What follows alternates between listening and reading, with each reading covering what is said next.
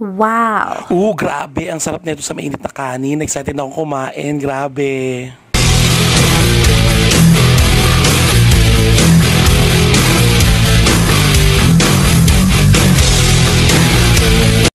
Hello mga ka-rockers! Ay, magluluto ako ngayon ng garlic buttered bangus belly. Ayan, kaya naman pinirito ko na ng bonggang-bongga ang bangus. At syempre, naglagay na rin ako ng isang malaking-malaking butter. Ayan, so tinuna ko muna sa mainit na kawali.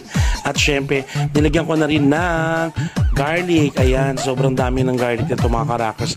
Grabe, pagbuhos ko, amoy pa lang bonggang-bongga na. At nilagyan ko na rin ng siling haba. Ayan, di ba? Para medyo may anghang ng konti. At syempre, chili garlic. At syempre, ang oyster sauce. Konti lang naman. Ayan. At syempre, hinalo-halo ko na ng bonggang-bongga. Ayan, grabe. Yung amoy pa lang nito, mga ka-rockers, sobrang bango na. At nilagay ko na rin ang pinirito kong belly bangus. Ayan, grabe. Nakaka-excite. Sobrang masarap ito, promise. Kasi nagawa ko na to dati. Kaya naman ngayon ko lang video ng bonggang-bongga. Ayan, grabe. Nanonood na yung lasa, mga ka-rockers. Yung amoy, grabe. As in. Ayan na siya. Luto na. Let's get run.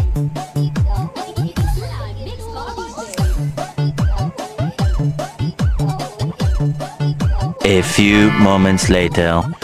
At ito na po ang finished product, mga ka-rockers. Kaya excited na kami kumain ng bonggang-bongga. Kaya salamat sa panonood. Kita kids, rock the world, yeah!